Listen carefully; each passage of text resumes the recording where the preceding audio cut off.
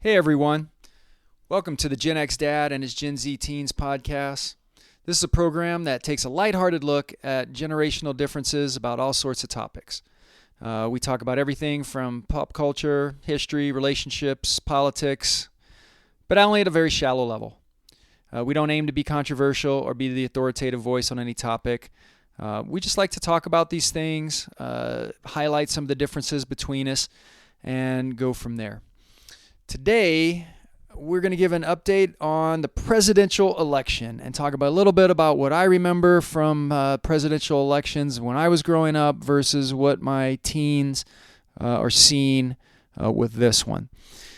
With that, my earliest memories of the presidential election, I vaguely remember Jimmy Carter and Ronald Reagan. Even as young as I was at that time, I was definitely not a teenager. There was a sense of that Jimmy Carter was going to lose and Ronald Reagan was going to win. And sure enough, that is what happened. It was overwhelming landslide, and that ushered in the main president that I remember growing up, which is Ronald Reagan. I do remember the election in 1984, Reagan versus Mondale. Again, Reagan was a very popular president. I don't think I was ever any doubt that he was going to win, and it was another landslide. And I do remember that. I know my mom used to take me and allow me to go into like the voting booth and get to pull the little levers and stuff like that. They don't let people do that anymore with their kids, but it felt kind of cool being able to do that when I was a kid. 88 was Bush versus Dukakis. That ended up being, at least during the election, I guess, in retrospect, was a little bit closer. I that time would characterize myself to some degree as I grew up in the South, so Republican. Even though at that time the South was still mostly Democratic, but it was very conservative. And I was not surprised when Bush won that election and then went on. The interesting one that I have actually a part of a story about is the 92 election, which ended up being Bush, Clinton, and Ross Perot. The one time that really a third-party candidate sort of made a splash, but again, it's tough in this country to run as a third party, and he didn't end up winning a single state. However, I do remember I actually met Bill Clinton on an airplane. I was coming back from Washington, D.C. I was a member of this student organization, and I had gone to a conference. And I remember sitting on the plane, and I was with my mom, and Bill Clinton walks on the plane, which we don't really recognize, but a lady sitting next to us said, "Hey, that's Bill Clinton. He's running for president." And my mom and I looked at each other, and being from Louisiana, we're like, "Seriously, the governor of Arkansas?" And just kind of laughed it off, and then little did we know he actually ends up winning. Pretty crazy. And then that was kind of my formative teenage years. All the other elections, to be honest, I didn't vote in the next two elections. One of them I was overseas, and the other one I just couldn't be bothered to register. I vote now. I do all the elections. I feel it's my civic duty.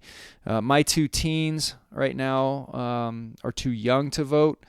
However, my older one will be in position to vote next time. I don't think, actually, my younger one, they'll both vote in the next presidential, 2028. Yeah, it's in November. My teens are looking at me going, yeah. So yes, my teens will vote in the next presidential election.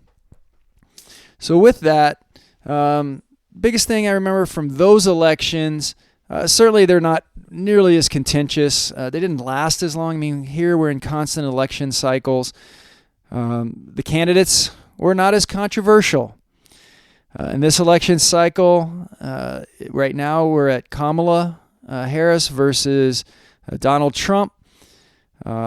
Be honest, lay my cards out. I am not a Trump fan. I cannot believe that he's running again after everything. But it is what it is, and that's where we're at. And social media, the internet, the information, false information, none of that existed back in the 80s. Mainstream media was still the primary place everybody got their news. Maybe the candidates had lots of skeletons in their closets, like some of the ones now, I guess, but it certainly was not known to us. Now, I think there's a lot more known. And obviously, media presence makes a big impact for all of this. So with that, let's get my team's impression of this current election. We're approximately about 10 weeks out, and just see what they think about what's going on and any comments that they have.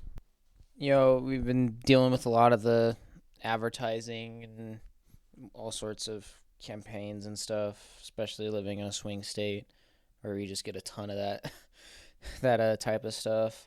So it's kind of mildly annoying. But I mean, it is what it is, and especially since I can't vote, it's not really that huge of a deal for me. I mean, kind of going off what he said, we get a lot of the presidential ads and ads for the governor race, and it just seems like nowadays with the internet, elections are just like a much bigger deal, and the lead up to them lasts much longer, and overall it's just a bigger event.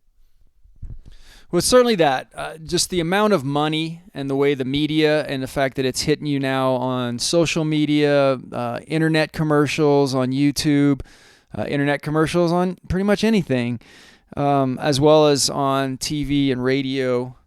There's just a whole lot more money, which, having lived overseas and gone through some places I was in the UK when they did an election for prime minister, and to be honest, I barely registered that there was an election.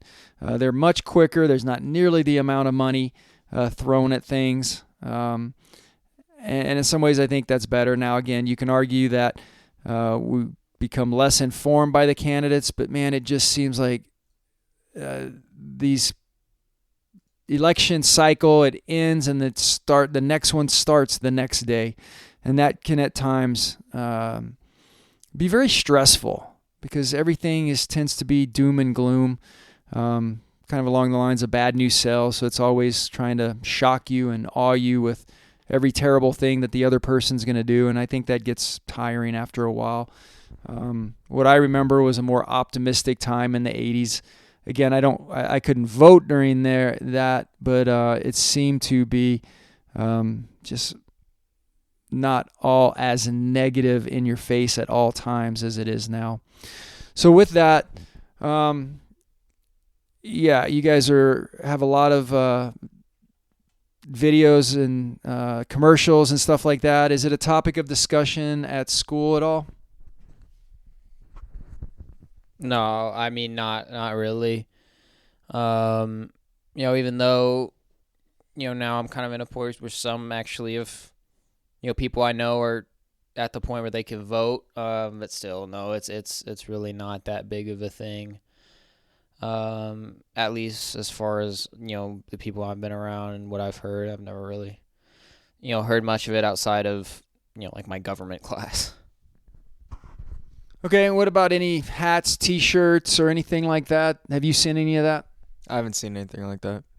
I don't even know. Is that part of the dress code? Could people even wear stuff like that?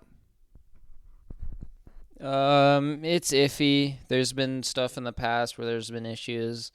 So I don't really know exactly what the rules are. I think technically you're allowed to wear whatever, but I don't know. It's complicated, I think. Yeah, I mean, the point I've seen, even just observing some of your sports functions and stuff, I don't usually see people wear any sort of political stuff. And I think that's good. For me, growing up, I mean, I went to a Catholic school, so we wore uniforms, so there was no political stuff there. It's 10 more weeks. Is it just all background noise now, or have you noticed it being ramped up at all, as far as, does anything catch your attention, any of the commercials or anything?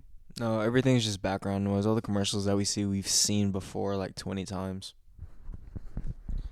Yeah, I mean, it feels like nowadays, like, it never really stops or starts. It's just kind of a constant 24/7 every year, just constant ads and wherever. So, I really don't think it changes much now during election year and stuff as it used to. Yeah, I mean, we do get a lot of noise here where we live. We're in a swing state, which is very different. We lived in Texas before that, and there were no political ads there because Texas is so heavy Republican. You don't get anything, but we're in a swing state, so we do get a lot of visits and a lot of commercials and airtime going forward. All that being said, then, I know you can't vote, and so that tunes you out a bit, but do you wish you could vote in this particular election coming up? I mean, sort of, yes, but at the same time, I mean, it's not like that big of a deal for me. I mean, I know, I guess, like, who I would vote for and what I would vote for, but I mean, the fact that I can't is kind of whatever. I mean, I'll vote in the next election, so yeah, I mean, it's not a huge deal. Okay, but what about you? Do you wish, if you could, vote in this particular one? Do you think it's historic for any reasons or anything, or is there a reason if you could jump forward in time, would you want to? I mean, it's not that big of a deal, but I do wish I could vote, especially for this one, because there's a convicted criminal on one side, and I just wish I could vote. All right.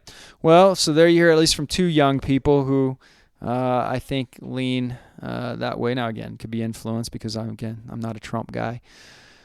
So with that, I think we're going to call this one an end. It's a different world out there. It's an important election for everyone out there. Please vote.